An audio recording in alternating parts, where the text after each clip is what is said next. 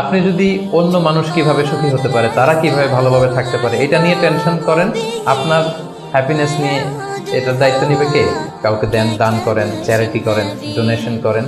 এটা করার পরে যে কি সুখানুভূতি, অনুভূতি কি আর বোঝানো যায় না? ওটা অনুভব করতে হয়। এটা আপনি অনুভব করবেন এবং যারা আপনারা এটা করেন নিশ্চয়ই অনুভব করেছেন। তো এটা যদি আমাদের মধ্যে থাকে, এটা আপনাকে হ্যাপি করবে।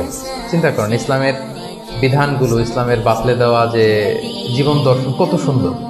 মানে পুরো সমাজের সবাই যেন আমরা হ্যাপি থাকতে পারি, এরকম একটা সিস্টেম, তাই না? অন্যরা হ্যাপি আমি করতে যাচ্ছি, আমি হ্যাপি হয়ে যাচ্ছি। এবং সহিহ মুসলিমের একটা হাদিস এখানে আমি উল্লেখ করতে চাই, লম্বা হাদিস। শেষের অংশটা, টেক্সটটা হচ্ছে এরকম যে আল্লাহু ফি আউনিল আবিদি মা কানাল আবদু ফি আউনি আখিহি। রাসূল সাল্লাল্লাহু আলাইহি ওয়াসাল্লাম বলেন, আল্লাহ তাআলা ততক্ষণ পর্যন্ত বান্দার সাহায্যে থাকে যতক্ষণ পর্যন্ত বান্দা তার ভাইয়ের সাহায্যে থাকে। কথাটা বুঝতে পারছেন? আই রিপিট, আল্লাহ তাআলা ততক্ষণ পর্যন্ত কোনো বান্দার সাহায্যে থাকে যতক্ষণ পর্যন্ত এই বান্দা তার ভাইয়ের সাহায্যে থাকে। তা আপনি আল্লাহ